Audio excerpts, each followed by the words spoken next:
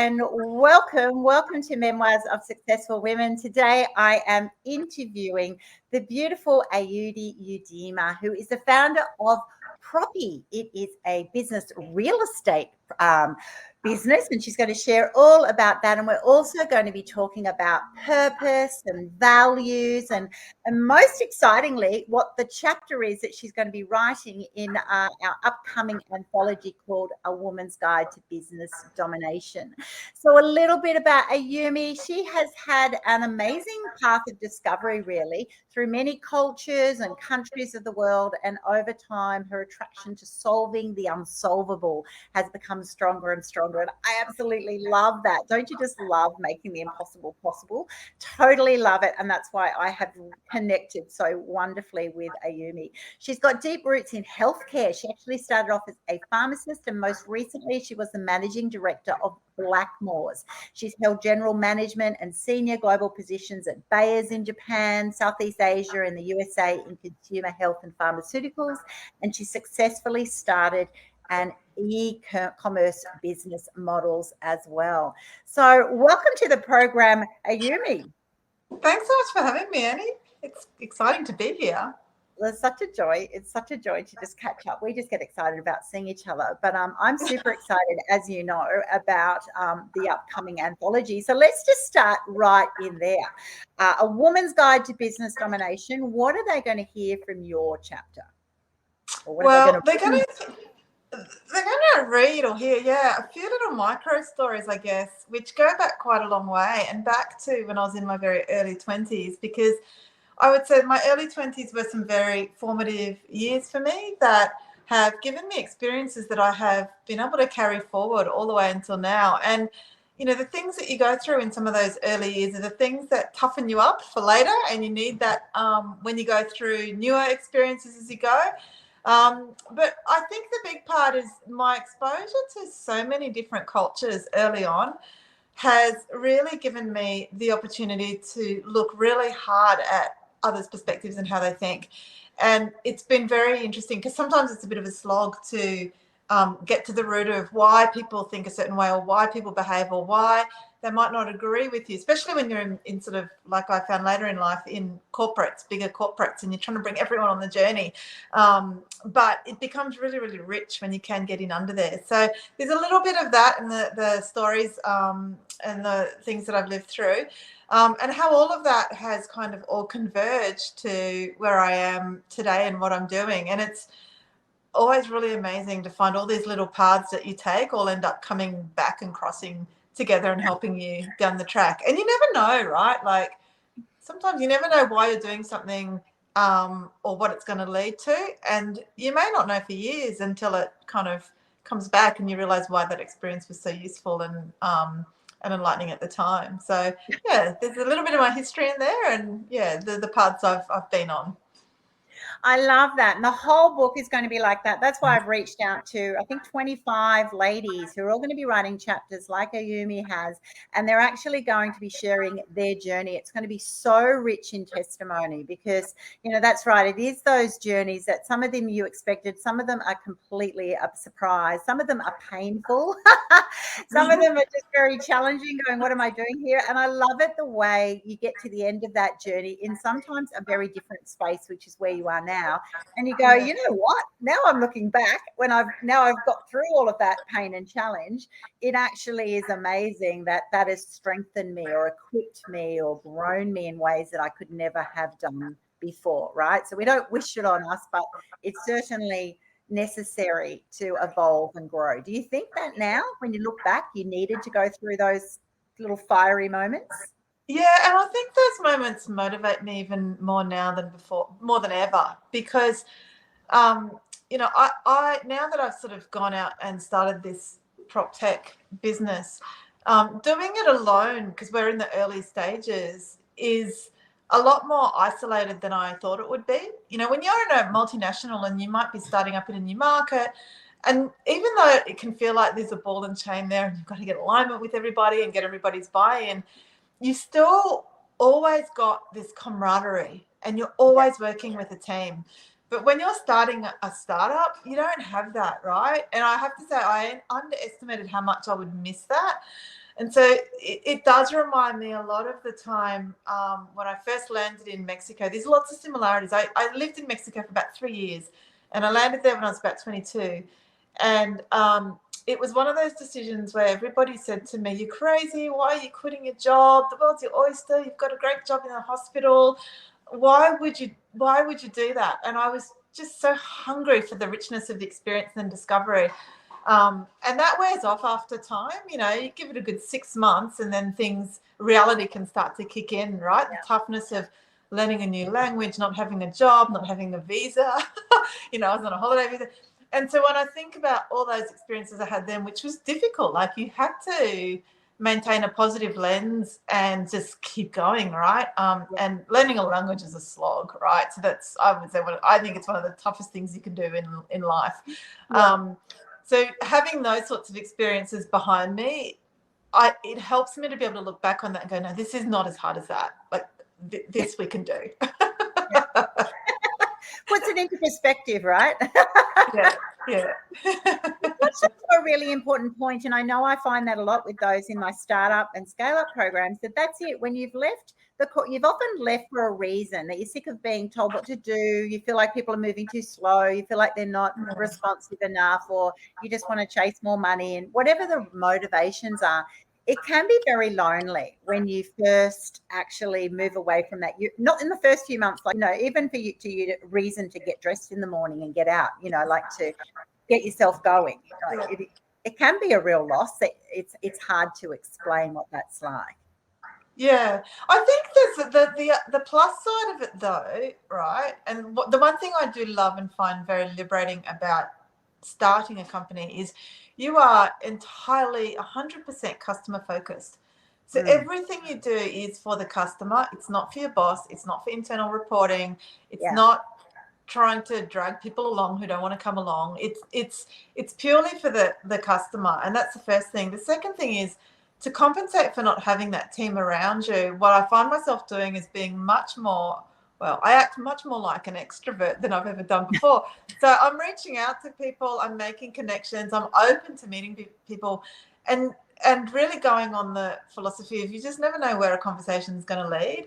And people have been so kind at making introductions for me, and often sort of said to me, "Oh, you need to meet this person because I think, you have this in common and you might be able to do this." And inevitably what I find is when I do meet them, what we find is the common ground or something that we could do together is totally different from maybe what that other person thought. But it leads to a new road. And I find that really interesting. And when you're caught up in that corporate, I actually do love the rat race, by the way, but when you are in that corporate life and you're churning through 9 hours of meetings a day and trying to squeeze in actual work in between and just trying to get everything done, I was not very open to meeting new people because I just simply did not have time, right? I was just trying to get the job done. So it's been really nice to be in a position where I can answer my phone. Like I'm not in meetings all day. And when my phone rings, I wonder who that could be. And it's always a surprise, and it's always something that's connected to property, and it leads somewhere, right? So that's actually been quite enjoyable. So I will say going out on my own has brought out the inner extrovert in me, because I'm not actually an extrovert. But once again, you can be not naturally, but you can acquire those skills just because, one, they're necessary.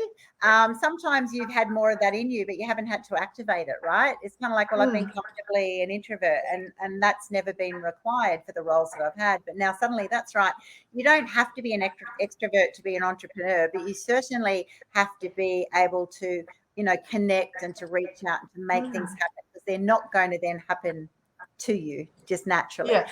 I often reflect in that when you're in the work environment, that's it. You've got projects that you're connecting with people for the specific projects that you're doing, the contracts that you're trying to gain, but they've been predetermined. Whereas here, that's right, we could be on LinkedIn today. Like I had a lady contact me after this morning's podcast episode and saying, "Oh my gosh, we're in a similar space. I loved your podcast. I'd love to reach out." And then you suddenly go, "Oh, it's up to me to then say, hey, yeah, let's meet up and find out where the similarities are." And you don't know. I agree. Isn't that? I find that exciting. Other people don't like it, but I think it's actually really exciting. Going, who's to know who is this person on the other side, right? Yeah, it is amazing. You meet amazing people around every corner, and it's it's always really, really interesting to see where things are going to lead. I think it's if you've got to give yourself the time and space to be able to do that, though, because life's busy for everyone, right? So it's well worth it. Exactly. Now, you have started a property business in a pandemic, right? So you're a very brave woman. That's one thing I do know, going, wow, totally brave. You obviously didn't predict that when you were setting it up. But timing, if you survive this, you survive anything, would be my perspective. How has that been? What have the challenges been when, the environment is completely against you in a way? Or has it? Yeah, I don't feel like it has been. It's been against me in some ways, but not in others, right? So I think, being in lockdowns here in Sydney, it was right when we were in lockdown. So when I left Blackmores, it was just as we were in that longer stretch last year. And it was actually funny because it was like lockdown plus transitioning to 100% working from home. And I've always been a go into work every day type because I liked to be able to see everybody. But that combination actually worked well because I could just buckle down and get everything up and running and do things. And I found going into a whole new industry, so going out from sort of healthcare and into real estate where I had no connections really, people were very generous with their time. And I found people much more accessible through COVID. And look, I don't know. I have felt like people have been much more accessible, and I've been able to just talk to people and pick their brains, build relationships that I don't know if I would have been able to do that in a normal face-to-face environment. So that has worked. Yeah, I feel like that has worked in my favour. Of course, the thing that hasn't worked in my favour is when everyone's locked up in the two biggest states in Australia, they weren't able to do home inspections and buy property. But in any case, because what we're starting here is such a new idea, because it's all about a co-ownership platform, which is a new way to get into the market. Well, it's not a new way. It's a new way that's tech-enabled, and it hasn't been accessible for most people unless you know how to set up a company or a trust to then buy property, right? So it's about making it accessible.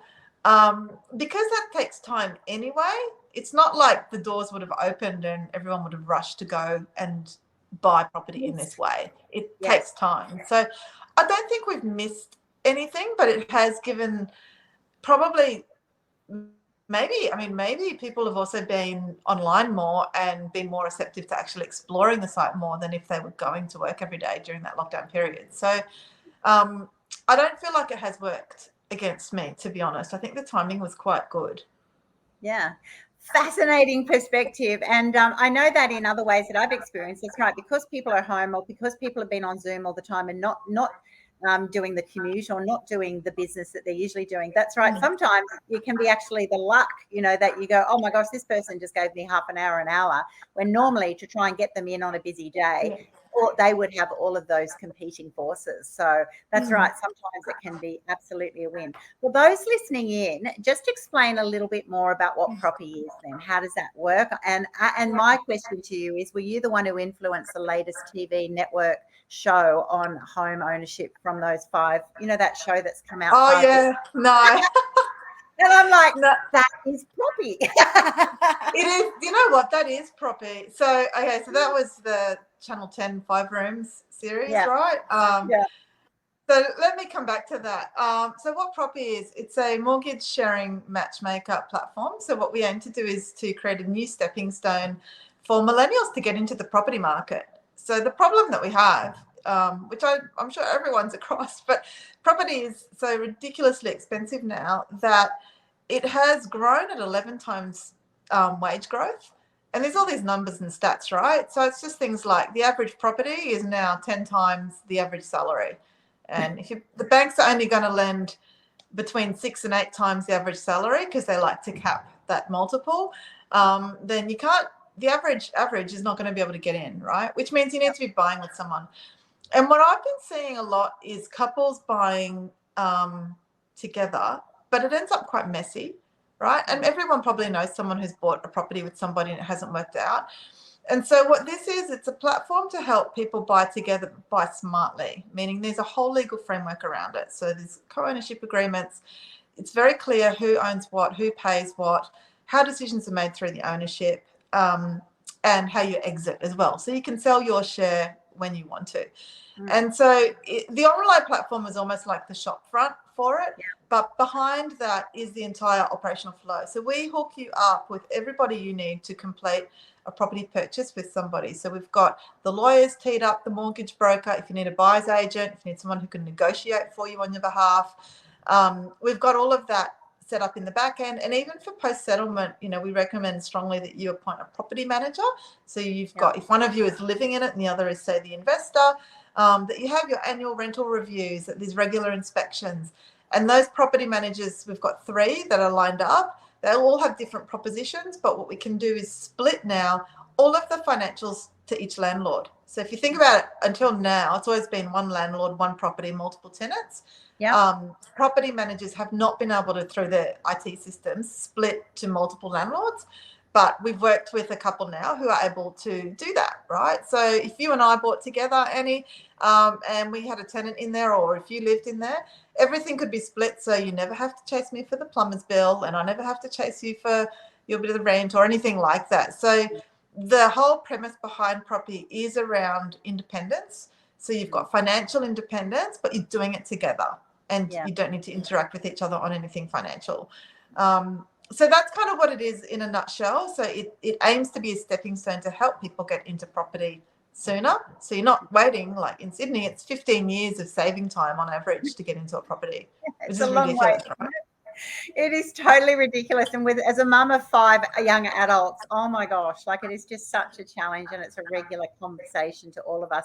I love the whole business model too, because it makes it so much easier when issues do pop up. And that's right. When you're a couple, then you've got a lot of complexities, and the ownership is very personal. Whereas the way you've set this up, whether it's 2 people who are friends, mums and daughters, brother and sister, whoever, you're actually doing it as an agreement. And so it's easier to do those, redistributions and management process. I absolutely love all of that. So fantastic. What were the biggest challenges then for you as you're obviously a natural entrepreneur, the way you've approached this, and you've got all those tendencies that you've always, even throughout your career, even though you've been in corporate, you've seeked out different places, different cultures to learn in, different people's responses to things, doing things differently, which is obviously a wonderful trait for an entrepreneur. But you've gone from being a pharmacist and in a healthcare industry to opening up into a whole new industry. What were the biggest challenges there?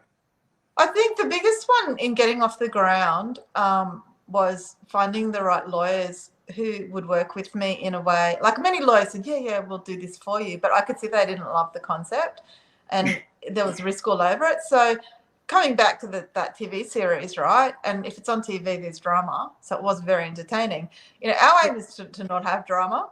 So when people say, oh, it's like that TV show, yeah, it's like that, but without the drama. So it's actually really boring, right? And that's the aim, right? Yeah. And the difference in that one was they all lived together. And, what we're really advocating is ideally matching owner occupiers with owner investors. So you've got that complement. Yes. And so to then think through, what are all the disaster scenarios? Because if you run this idea by someone, well, if you'd run it, it's an idea I've been sitting on since I was 22. And through time, I would sort of bring it out again and see what people thought about it. And, there's all of these what if scenarios. Oh, it'll be a disaster because what if that? What if someone trashes the place? What if someone defaults? What if somebody, has a life event where they just change their priorities, gets married, has a baby, they want to get out of the place. And so I started with writing a list of all the possible objections to this model and concept. And some of those I could solve on my own, and some of them I needed legal help to solve them. It took me 3 years to find the right lawyers to work with. And when we did, it was incredible because, there are some brilliant lawyers out there who are incredibly solution-oriented and great problem solvers. Yeah. And there are many lawyers who I'm sure we've all come across who all, they're hardwired to see risk and avoid and prevent that. Yeah. Right? Which is their job. So, I was able to find some lawyers who we've partnered up with called Law Lab, and they happen to also be Australia's leading conveyancers, and they're national, and they have an entirely digital journey. So I felt like I hit the jackpot with them. And again, they came about through an introduction through somebody else, and it was one of those have a chat, you never know. Yeah. And it led to a partnership. So I would say finding the right lawyers to work with to get the right legal framework was the biggest hurdle. I think that is brilliant advice, and also not to just think because you've met one or two and they haven't been interested. It doesn't mean that your idea is wrong. It doesn't mean that what you're trying to achieve is wrong. It just means that, like people, you'll have had plenty of people saying, don't quit your day job, don't do this, it's risky. And lawyers will be exactly the same. And I agree. One of my sons is a lawyer, and they're very, they see the negative perspective, which is good when the negative happens. You need that.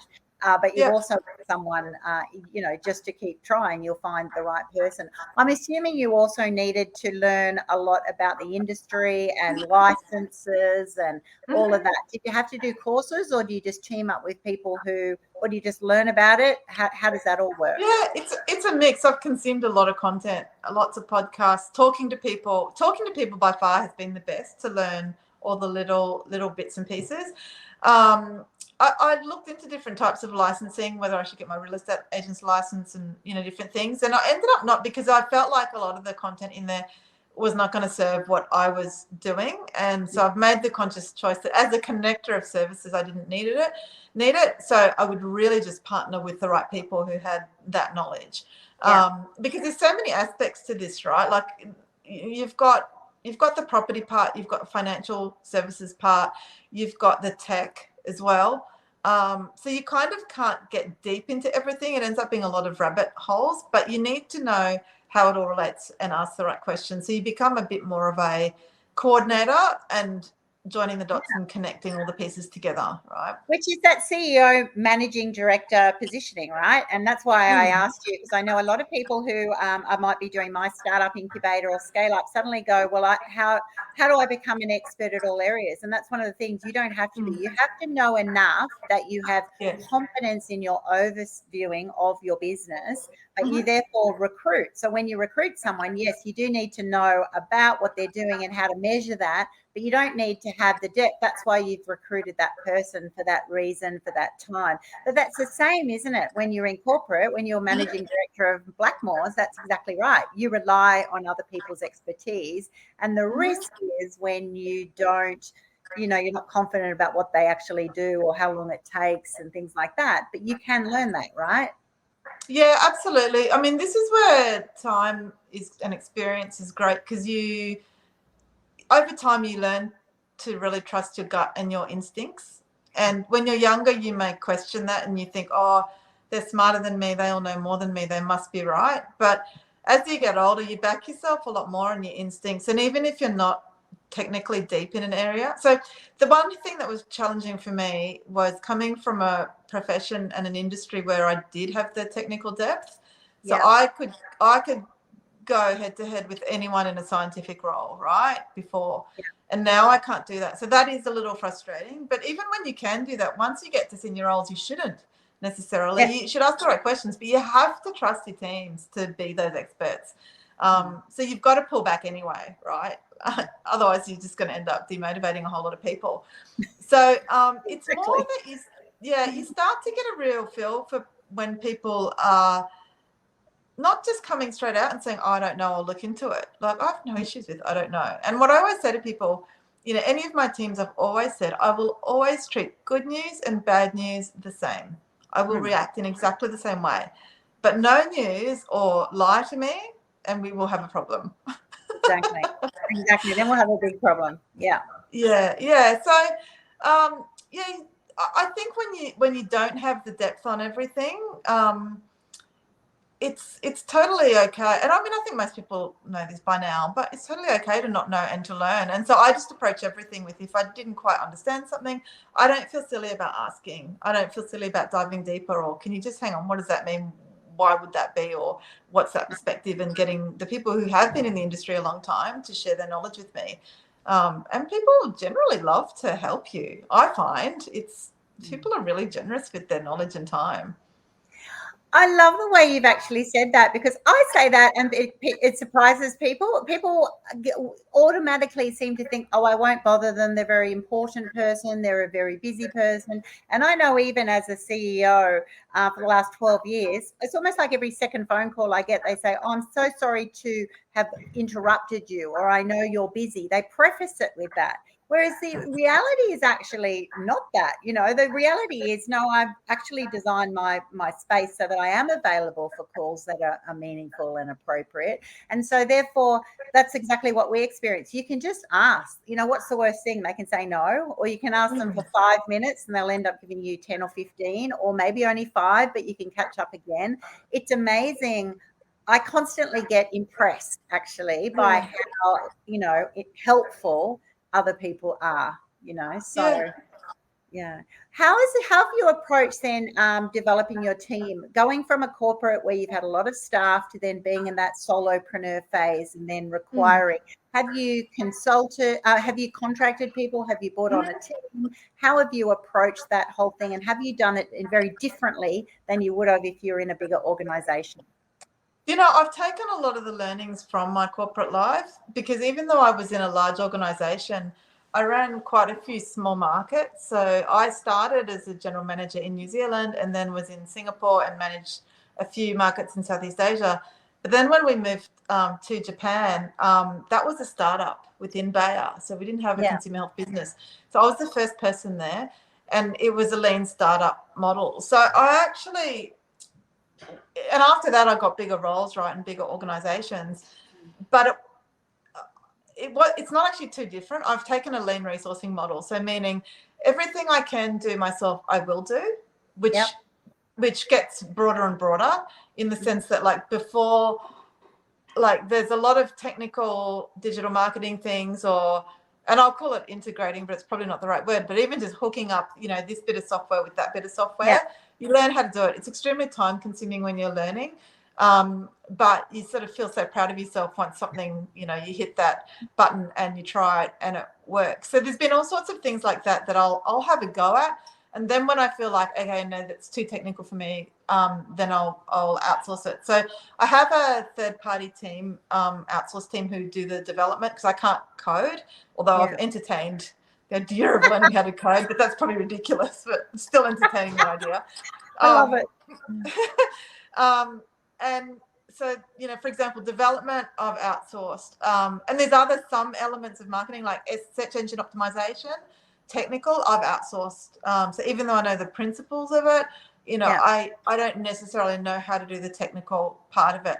And that's pretty much it. And so I've actually put together a resourcing plan for which of the roles I will hire first, and what that whole financial model looks like with the resourcing, and what sort of revenue hurdles we need to be hitting before we can. So the plan is there, and the idea is to resource lean, outsource flexibly, and then hire the more permanent roles as we grow, and then bring things in-house as we can afford to do that on a more sustainable way, sort of, permanent way.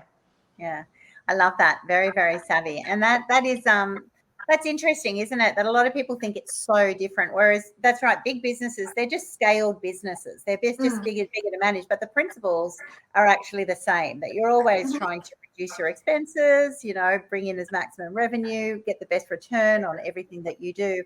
So it's kind of like once you've done it from a micro level and you're savvy, when you're an entrepreneur, you have to become extremely savvy and sharp about every single decision. So I think it fine tunes you, that you can then, lean into that and then just develop and grow, and so valuable.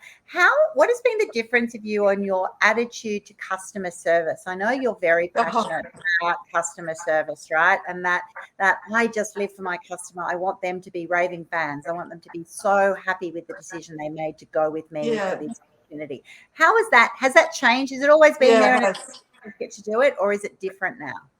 It's totally changed. So I would have, if you'd asked me before, I would have thought I was customer focused, but it's nothing like I am now. I can tell you, when you're in a larger company, and I used to be in these roles, like medical roles, where I was on the phones to patients, and but it's still reactive, because they call you because they need help or advice, and you do what you can for them. But it's a little bit different. And I will say now, like I put enormous pressure on myself to have a very high sense of urgency for them. So for example, we have like these like most sites do, you have a chat bot on your site. But on the end of that chat bot, it's not actually a bot, it's me, right? So it's so if you type a message into that little help bubble down the bottom, you're going to get me, and it says it's me, so it's not, you know, like pretending to be me, it actually is me. But I have a KPI for myself where I will respond to all inquiries within 1 minute and close them out within the hour, right? That's kind of the metrics that I've put on myself, because I want to help people while they're on the site in their moment of need. Yeah. Whereas I think when you're in the corporate environment, you sort of think, oh, as long as you get back to people within 24 hours, that's okay. And maybe it's even longer for some, you know, companies and cultures that might be within a week. I do find the sense of urgency in Australia is different from through Asia. Quite different. It's much faster through Asia. Like it's a bit of a different dynamic and speed. But, you know, for sure, like I will drop everything for a customer now, whereas it was harder to balance that in the corporate world. Plus, I wasn't actually responsible for interfacing with customers. So any customer interface that I had was more a scheduled meeting or a business review. You know, and when I say customer, it would have been like a pharmacy retailer or, you know, a grocer like Woolworths or something, right? Or Ken Warehouse. It's not like someone who's actually dreaming of having a house and living in it. No. Or renting it. You're fulfilling someone's dreams, right? I mean, this is the dream that you're, you know, for those listening from overseas, Aussies love having their own home. We call it our castle. And so it's a very big foundational dream, I suppose, for Aussies. So that's the difference, isn't it? When you're actually, when that person's typing in, they're like, should I do this big decision, huge decision, possibly the biggest decision that they're going to have, you know, for a very long time at this moment. And when you get back to them within a minute, it's like, oh my gosh, this is very professional. Yeah. Yeah, it's funny because it's almost like you can't get enough.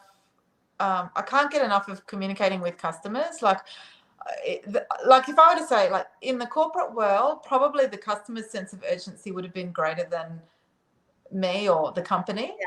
But now I feel like my sense of urgency will run faster than the customers. So I know they've got their whole life that they're living, you know, but I feel like I will run faster than them, which means I have to be careful that I'm not when I say over servicing, that I'm not bothering them as well, right? That I'm there for them when they need me, but not sort of too much.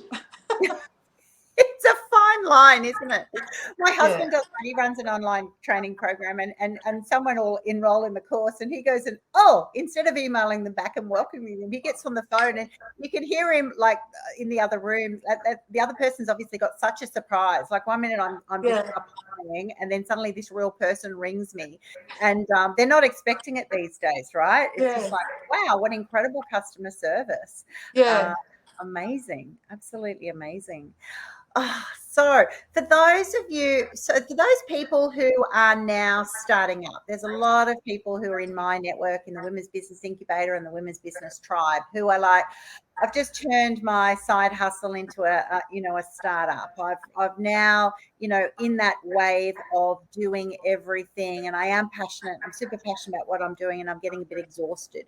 You've been through that phase. You've been through the, oh my gosh, I'm doing everything, and then you're now. I love what you said before, that you now have prioritized what you're going to outsource first. So you have to do that stage, which is just exhausting, and then you outsource. What advice would you share with those people listening in of, well, what sort of things, what decisions would you make and the timing that you choose to do that? A lot of that, whether you can outsource, is going to come down to what fixed cost base you can manage, right, on a monthly basis. So, you know, in startup world, you always talk about the burn rate. So what is the monthly payments that you are going to need to be able to make.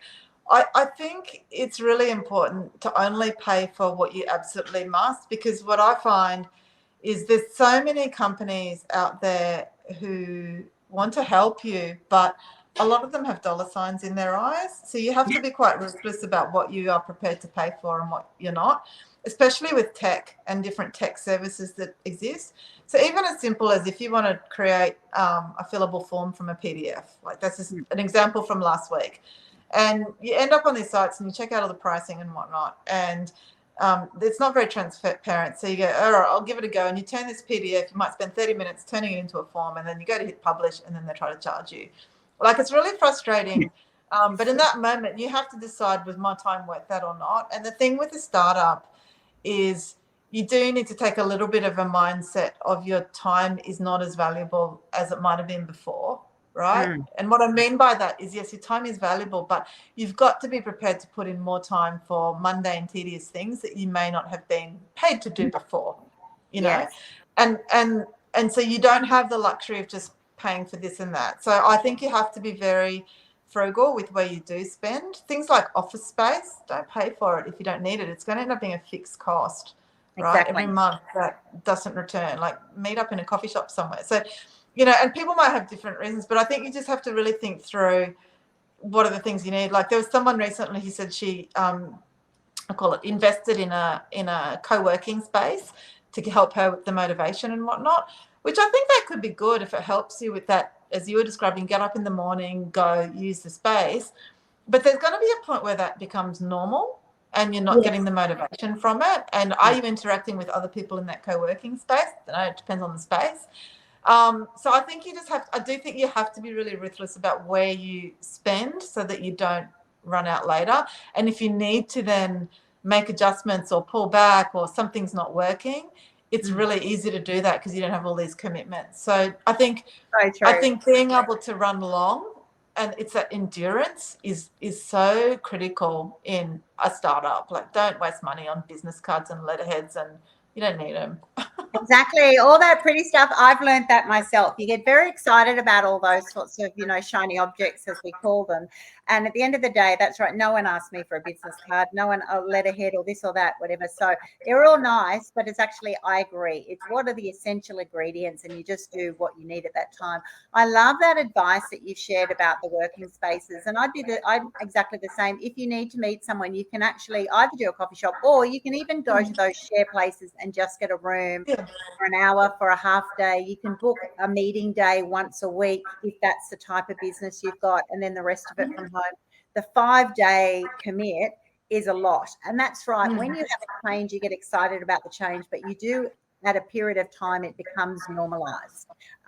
So that whenever you make those big decisions, I think it's also about not committing for too long, right? Because that could be for 3 months to 6 months to get you over something, and then you might have changed. Or other businesses I'm working with that, you know, I've got one business that's has doubled in the last 6 months just because the industry that they're in. So they actually had to completely change office space because what a great problem to have.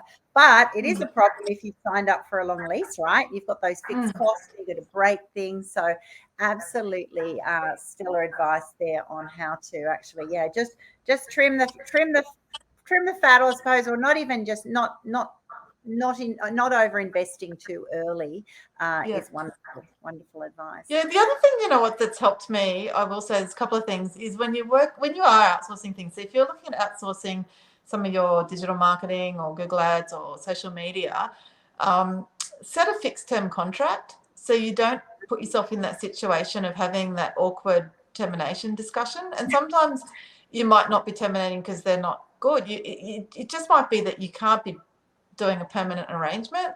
So like, I'll generally start with a 3-month trial, and then if it goes really well and you start to see how hungry they are, then you can maybe then go for a 6-month block, but give yourself the option to be able to renew rather than have to terminate, because that can be very stressful to have on your mind if you need to have that conversation. The second advice I would have for anybody is, if you are going to work with anybody, whether you're paying vendors or working with influencers, one rule I've applied for everything is I will only work with people who love property. If you don't love property and I can't see that, I'm not working with you. Because what it means is it comes through in their work, it comes through in the way they prioritize. If they are an influencer, it will absolutely come through in the way they come across, and you know how much bonus airtime you get, because if they love your product, they'll talk about it and their followers will see that. And you just get so much more from it. Even that coming back to that energy bit. So because they start to become an extension of you and as your team.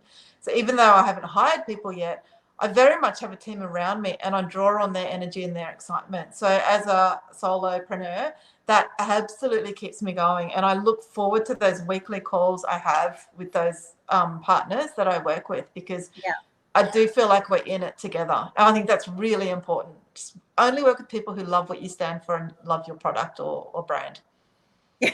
Absolutely. And keep them nice and close. And others, you can still be friendly, but their advice isn't helpful. It doesn't need to be entertained. You can just agree to disagree. It doesn't add oxygen to what you're doing, right? I think that is absolutely stellar. Yeah, and so you've deliberately, even though you're a solopreneur, what you're sharing is you've actually got a group of people. So there might be mentors, advisors, people maybe in or out of the industry who support you. Is that what you're saying? Yeah, well, actually, it's more like, so for example, the development team, like we meet once a week, and even though they're there to fulfill a role, I'll still use them as a sounding board. Yeah. So I do have, it's funny, like with the mentors and whatnot, I don't have any formal arrangement, but having been in the corporate world, I have many friends, right? So, and very senior, like ex-general managers and whatnot. And so we're good friends. So we talk all the time, and they serve that role and they say, oh, why have you thought about this? Or what about that? And I'm like, oh, yeah, that's a good idea. So I get that out of my network of friends, sort of, let's call them corporate friends, because they do become friends when you work with people, right? And you have that. Absolutely. I'm all into the friends. That's right. It's not as if you're best of colleagues. You've got all these X factor that makes your role or your team fantastic, and then they expect it to go, and then suddenly you're not friends anymore. It's like you don't have to be best friends, but you certainly develop long-standing friendships and relationships. And I think that's a good point to touch on, actually, because they're relationships that you want to keep going. That's where you get the breadth of relationships and expertise and insight. Sometimes it's people who are in a different space, who are seeing things from the prism that they're in their industry, but that also can be helpful when you get into tunnel vision in yours, and so I'm all into touching base, even if it's on LinkedIn, just for a coffee, just for an occasional how are you going, and to stay in each other's sort of areas. That is, when you suddenly got that question burning, it's great to put it out to. It's a classic phone a friend, right? Of like, well, what would you do in the situation? And you can then mull it over. Yeah, even I've found that it's been, because when you go out and you leave a company and people go, oh, how's it going, it's very tempting to always just respond back with, oh yeah, it's great, but lately I've found it very useful to just share the challenges and say, look, I'm really frustrated at this and this, and they jump into help mode. It's amazing. And they say, oh my gosh, okay, you need to talk to my friend, right, this person. So one guy I had coffee with, who I worked with, he's a marketing director at Blackmores, and he's left now, but he hooked me up with two of his best mates. And one was a guy who played Monopoly with in his basement when he was, a kid, and another one he went through school with. And I went back to him and I said, do you know what your friends do? Because he didn't sell them very well. He just said, oh, they're tech gurus. I think you need to meet with them. And I met with them. And I said, your friends are really amazing and they can help me. Like and I don't think he had any idea how good they were at what they do, and they've built these companies and they know so much, right? Have so much expertise.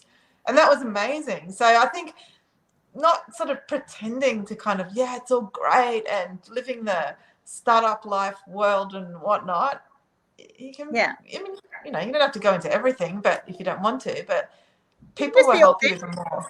Yeah, you can just be real and authentic, and you have great days and you have challenging days. You have days where you don't work too hard and things just happen. You work other days you're working super hard and nothing's happening. It's a roller coaster of emotion, and I think people need to realize that it's a lot of hard work in particularly in the early phases, and it's all right to actually go. And that's why I love having these authentic conversations with people, because it actually shows people, like that's right, even people that you think are just like super amazing, they're all having challenges because they're just working at a different level of scalability or business size, right? So we've got the growth and scale sort of issues happening, and everyone will have them. So I think the more the more authentic we are in just how we ride the ebbs and flows of business and have these conversations, absolutely the better. I love what you said about ambassadors too, and the people in your business.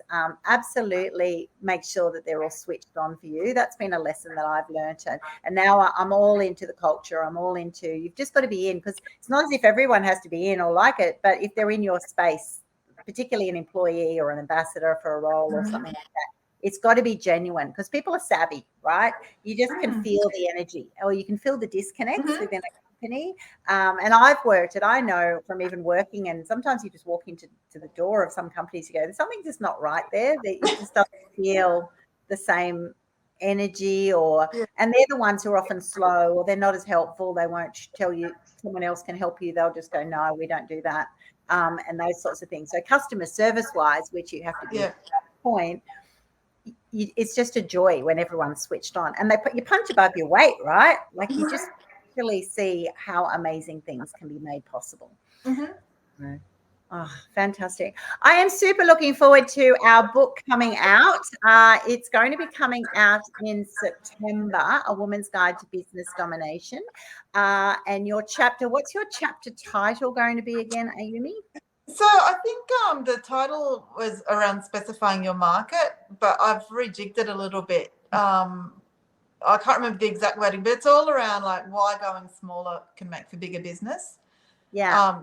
So the theming within there is all around being very clear on what you're doing and who you're doing it for, and sticking to your guns on that. Because I find this now, and I've found it all the way through even my corporate career, is, you know, when you launch a product or have a proposition that you're trying to sell to a segment of consumers, if you're not absolutely clear, and I will call it the niche, if you're not clear on the niche who you're trying to serve, you end up being nothing to anybody, right? And it's very tempting in business where, you know, you do all your business cases and you look at all the numbers and it all goes into Excel spreadsheets, and management or whoever always want to go for the bigger numbers and the bigger business case. And one thing I always say, it's very hard to move numbers out of an Excel spreadsheet and into a bank account. And if you want to do that, you've got to be very clear about who you're serving and be very tight and specific about that. And only when you've had success in that core area do you even consider expanding. Because, you know, I've been pushed in my roles at different times to expand faster, go for bigger markets, make things more relevant to more people at once, which if you do that, you dilute your proposition. Even now I get pushed with property, right? With different people saying you should do this and you should do that. No, you have to go broader. You've got to, there's more people who want to buy whole properties. Do that, not co. And it's like, well, anyone can do that. Like, you know, so. Real estate agent for. Yeah. I mean, we're here to help first-time buyers, or not even first-time buyers, people who want to get into the property market. So you might have bought before, but you're not in now, and you need to get in, and you need a stepping stone. And buying a half a property is the way in. That's who we're serving, right? That's Absolutely. it. That is it. And I just absolutely love that. This video will be placed permanently in my Startup Incubator program about that very much. But I'm wondering which module to put it in, actually, because I was going to put it in your customer experience, but I actually go, unique value proposition is what people need to nail. You know, you're here to solve someone's problem. What is that niche problem? If you don't do the niche problem solving, you know, for most of your business, and how do you, and in a consistent way, how do you then go down other tunnels and expand? And it's really tempting when you get an offer. I know someone says, but you could do that, and you go, yeah, I possibly could, but then it's going to, you know, dilute. So it's only great if you're comfortable and you've got the bandwidth to then employ more people and expand your business, but actually knowing what your core business is. And I know after having you on my program before, having you in my book, checking out your website, your pinpoint on what you actually do for market. And now, you know, the listeners can hear you've got such fantastic customer service. You're there to meet their needs. That's what it's all about. That's why, you know, you will excel as an entrepreneur, because you've got to go above and beyond. You know, you've got to be pleasantly surprising. People just go, wow, I wasn't expecting that. Well, what a great testimony is that for a product to market. And so, yeah, I wish you well in all of your future success, Ayumi. And I thank you so much for being on my program today. Thanks, Annie. It's been a delight, as usual. As usual. And everyone, you know, I have the Women's Business Incubator and the Women's Business Tribe. So if you are thinking of starting up a business, scaling it up, or even learning how to dominate in business with a 7-figure mindset, the sort of thinking that women like Naomi and I have because of our corporate roles and experience, then definitely drop by womensbizincubator.com. If you're in one of those programs, you automatically become part of the Women's Biz Tribe. But if you're not yet, hey, just drop by womensbiztribe.com and get a free trial for a month or so. Come along to all of our meetings. It's then only $10 a week. The best value coaching you're ever going to get around the world for a specific reason that I'm all about equity and equality for women globally. So come on board, come and say hello to my platforms. Definitely reach out with Ayumi. Definitely buy the book as soon as it comes up. You'll get lots of promotions from me about that. And also reach out at proppy.com.au. Reach out to Ayumi if you'd love to connect with her. You can almost test her. Go and do a little web chat and see if she gets back to you within a minute. Not while she's on my show, but she will all the rest of the time. She'll be able to talk to you about your needs in the property market. Yeah, absolutely. Golden career that you're having. And I just love it. I love the innovation. I love the way you think, and I love the way you provide incredible value to people in your niche. So well done, you. Thanks so much.